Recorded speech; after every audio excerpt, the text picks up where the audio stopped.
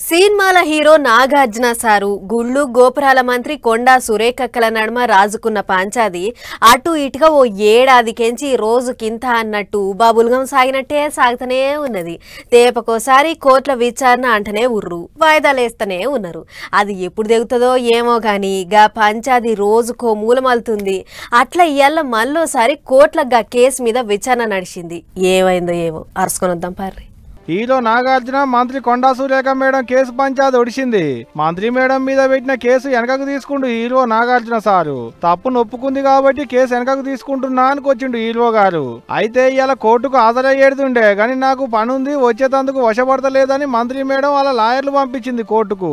ఆయన వచ్చి absent petition పెట్టిండు మంత్రి మేడం తరపున. పొద్దుగాల చూసి పైటీలకి వాయిదా వేసింది కోర్టు, అయినా రాలే మంత్రి మేడం. ఇంకేముంది, కోర్టు డిసెంబర్ 2వ తారీఖు నాటికి వాయిదా వేసింది అలా కేసును.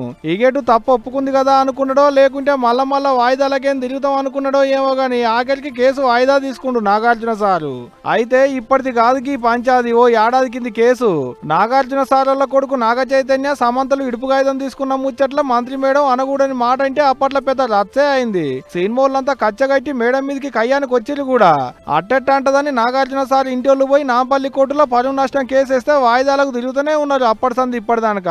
అయితే ఇదే ముచ్చట మీద శుక్రవారం నాడు వాయిదుండగా బేస్తారం నాడు మాపు తప్పైందని ట్విట్టర్ గుట్లా పోస్ట్ పెట్టింది మంత్రి మేడం. ఇంకేముంది, ఒక్క పోస్ట్ తోనే కేసు పంచాదంతా ఓడిచినట్టు అయింది. అసలు ఆమె అన్నదైతే నాగ చైతన్య సమంతలో ఇడుపు కాగితం ముచ్చట్ల గాని ఇప్పుడు మంత్రి మేడం సారీ చెప్పిందని నాగార్జున సార్ అయితే కేసు వెనకకు తీసుకుండు గాని దీని మీద సమంత ఏమంటదో అనేటిదే పెద్ద ముచ్చట.